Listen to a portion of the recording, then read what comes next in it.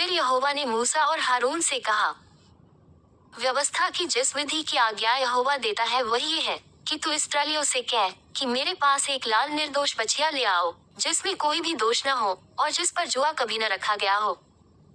तब एलियाजा याजक को दो और वह उसे छावनी से बाहर ले जाए और कोई उसको उसके सामने बलिदान करे।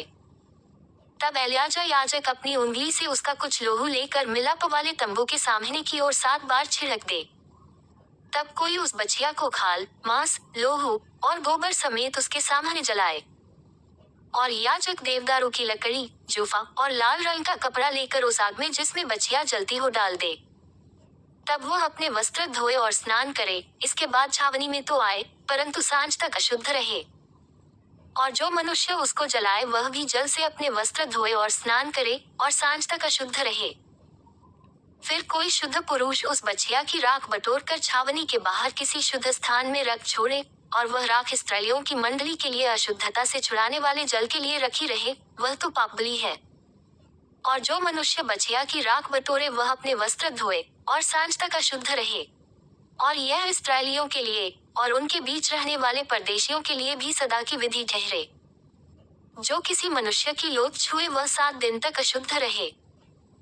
ऐसा मनुष्य तीसरे दिन उस जल से पाप छुड़ाकर अपने को पावन करे और 7वें दिन शुद्ध ठहरे, परंतु यदि वह तीसरे दिन आपको पाप छुड़ाकर पावन न करे तो 7वें दिन शुद्ध ठहरेगा।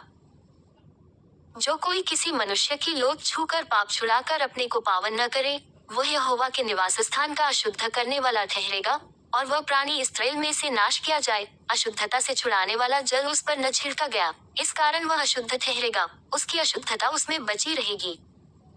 यदि कोई मनुष्य डेरे में मर जाए तो व्यवस्था ये है कि जितने उस डेरे में रहें वह उसमें जाएं, वे सब 7 दिन तक अशुद्ध रहें। और हर एक खुला हुआ पात्र जिस पर कोई ढकना लगा न हो वह अशुद्ध ठहरे। और जो कोई मैदान में तलवार से मारे हुए को, वह अपनी मृत्यु से मरे हुए को, वह मनुष्य की हड्डी को, वह किसी कब्र को छुए तो 7 दिन तक अशुद्ध रहे। अशुद्ध मनुष्य के लिए जलाए हुए पापबलि की राख में से कुछ लेकर पात्र में डालकर उस पर सोते का जल डाला जाए। तब कोई शुद्ध मनुष्य जूफा लेकर उस जल में डुबाकर जल को उस डेरे पर और जितने पात्र और मनुष्य उसमें हो उन पर छिड़के, और हड्डी के, वह मारे हुए के, वह अपनी मृत्यु से मरे हुए के, वह कब्र के छूने वाले पर छिड़क दे। वह शुद्ध पुरुष तीसरे दिन और 7वें दिन उस अशुद्ध मनुष्य पर छिड़के, और 7वें दिन वह उसके पाप छुड़ाकर उसको पावन करे। तब वह अपने वस्त्रों को धोकर और जल से स्नान करके सांझ को शुद्ध ठहरे। और जो कोई अशुद्ध होकर अपने पाप छुड़ाकर अपने को पावन न कराए, वह प्राणी यहोवा के पवित्र स्थान का अशुद्ध करने वाला ठहरेगा, इस कारण वह मंडली के बीच में से नाश किया जाए। अशुद्धता से छुड़ाने वाला जल उस पर न छिड़का गया, इस कारण से वह अशुद्ध ठहरेगा। और यह उनके लिए सदा की विधि ठहरे। जो अशुद्धता से छुड़ाने वाला जल छिड़के वह अपने वस्त्रों को धोए, और जिस जल से अशुद्धता से छुड़ाने वाला जल छू जाए वह भी सांझ तक अशुद्ध रहे।